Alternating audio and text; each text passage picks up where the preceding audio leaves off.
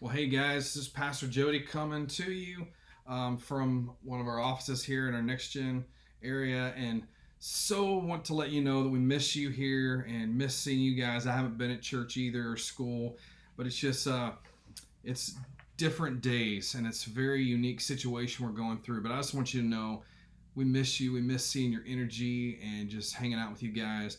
So I hope you're all doing well and hanging out with your parents and doing good schoolwork and being obedient, awesome kids, which I'm sure that you are. So I want to just share with you this morning that there's this story that's happening that's been going on since the beginning of time, and it's really the story of God. And let's just be honest, everybody loves a good story. I personally love Star Wars. I love the story of Star Wars. I love all the Marvel movies.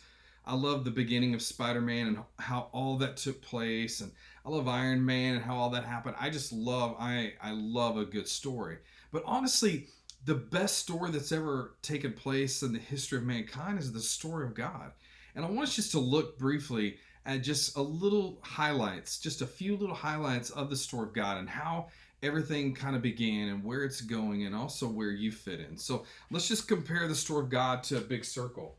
And let's just say that this is the story of God, and it began right here at creation. God created all things and made them all good. Everything was amazing. But then Adam and Eve decided to sin, and they brought sin into the world. So later on in Genesis chapter 6, we see the flood, and we see that God kind of did a reboot, kind of like a start over.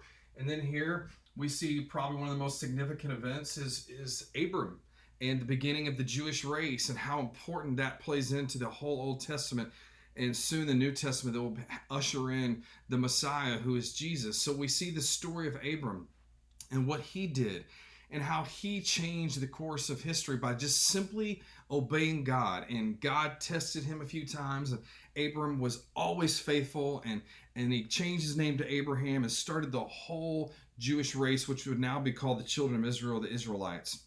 So we see that God has been moving in and through mankind since the very beginning. And later on we have the story of Moses and Moses leading the children of Israel out of Egypt into the promised land.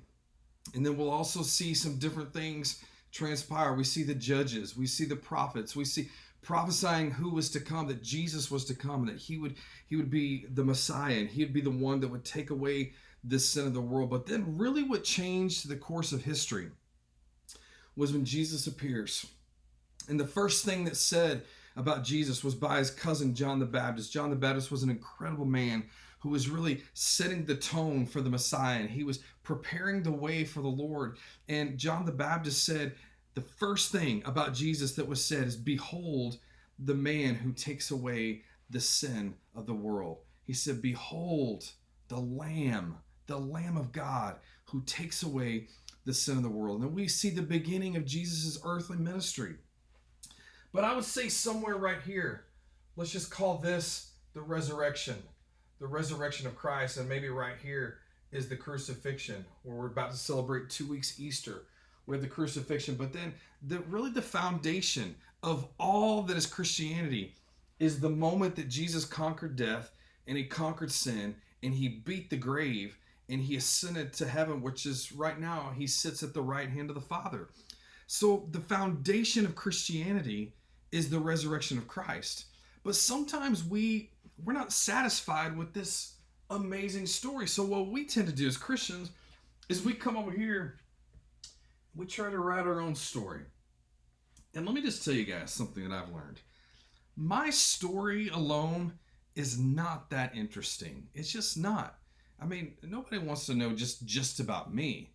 But here's the cool thing. When we take our story, and maybe this is your story, and this is your story, and this is your story. When we take our story and we bring it over here to God's story, it leads to a greater story. So I don't know what's going on with you right now. I'm hoping you're taking advantage of all this time that we have just to spend with God and spend with family and grow in our relationships with both of those. But if you're trying to write your own story, let me encourage you right now. Let me just tell you this, that your story combined with God's story leads to a greater story.